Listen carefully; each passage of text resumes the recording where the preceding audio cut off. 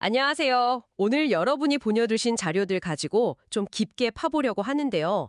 그 AI 결과의 일관성, 신뢰성, 정확성, 이 세 가지 키워드가 어떻게 엮여 있는지 살펴보겠습니다. 네, 안녕하세요.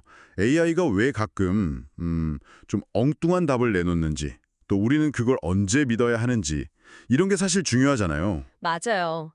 특히 자료들 보니까 AI가 가진 근본적인 한계, 뭐 그런 이야기부터 시작하던데요.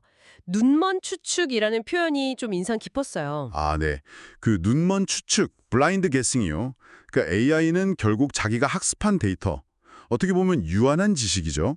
이걸로 예측 불가능한 무한한 현실에 답을 해야 하는 거잖아요. 거기서 뭔가 딱 안 맞는 부분이 생기는 거고 그게 결국 사용자들이 이거 믿어도 되나? 하게 만드는 거군요. 그렇죠. 바로 그 지점입니다.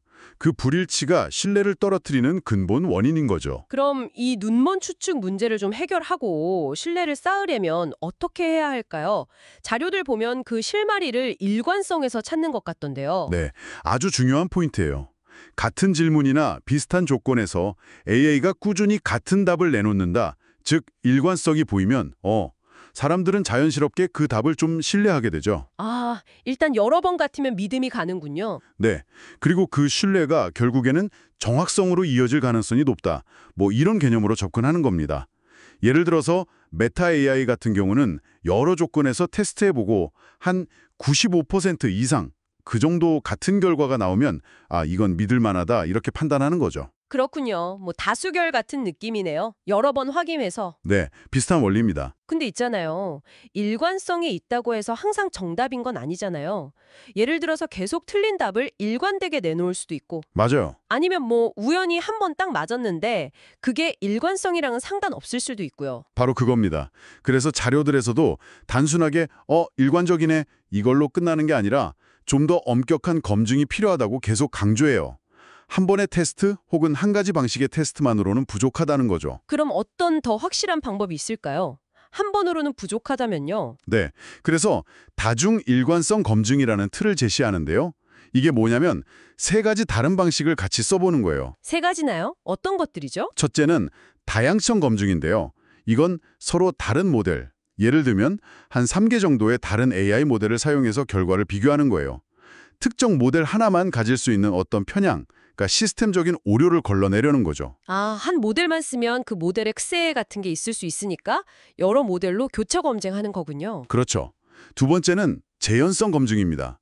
이건 데이터 양을 좀 늘리거나 바꿔가면서 다시 학습시키고 분석해보는 거예요.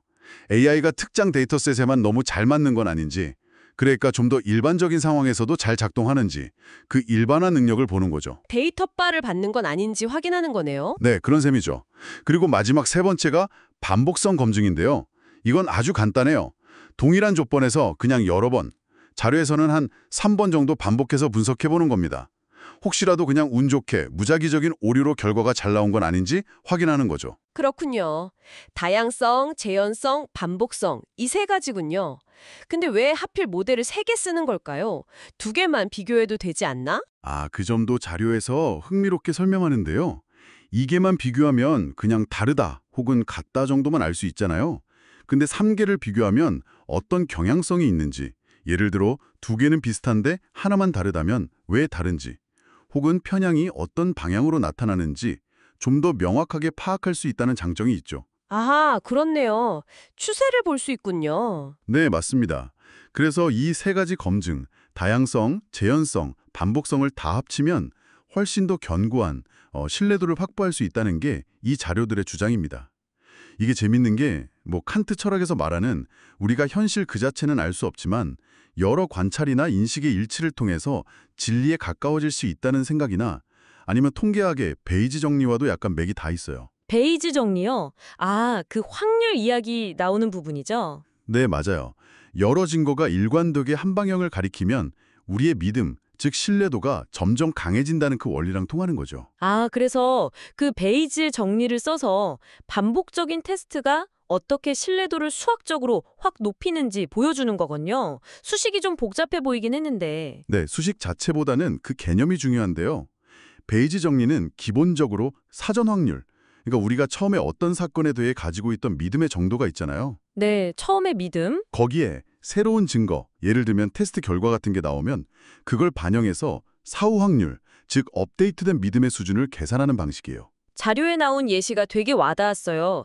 예를 들어서 어떤 경이 있을 확률이 처음에는 되게 낮다고 한 1% 정도로 생각했는데 그렇죠. 사전 확률이 1%인 거죠. 근데 꽤 정확한 검사, 예를 들어 정확도 90%짜리 검사에서 양성이 나왔다고 쳐보죠.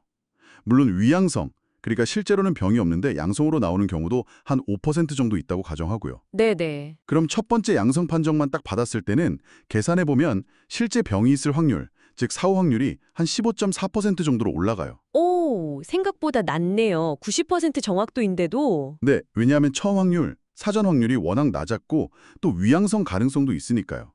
그래서 아직은 병이 있구나 라고 확신하기는 좀 이른 거죠. 아, 그렇군요. 하지만 여기서 멈추지 않고 같은 검사를 또 해서 2번 연속으로 양성이 나왔다.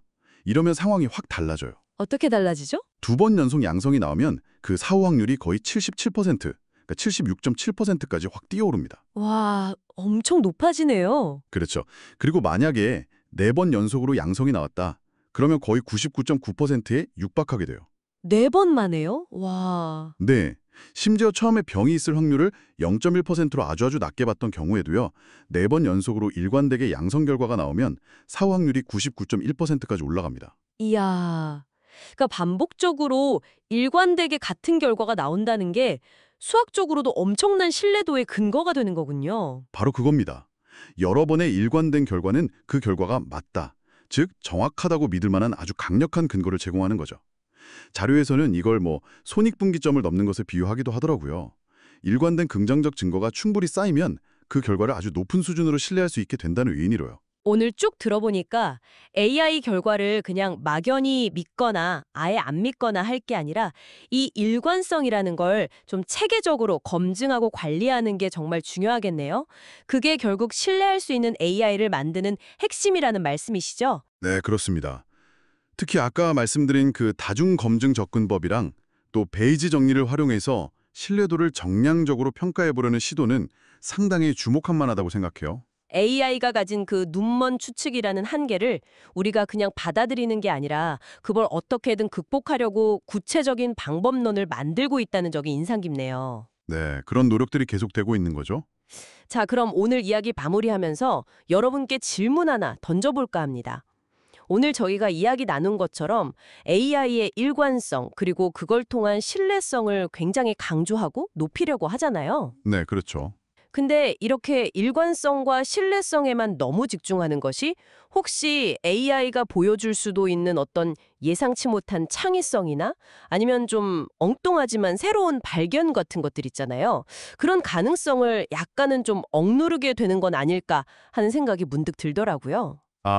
흥미로운 질문이네요. 그러니까 높은 신뢰성을 추구하는 과정에서 우리가 혹시 놓치게 될지도 모르는 그런 가치는 없을지 한 번쯤 생각해 보시면 어떨까 합니다.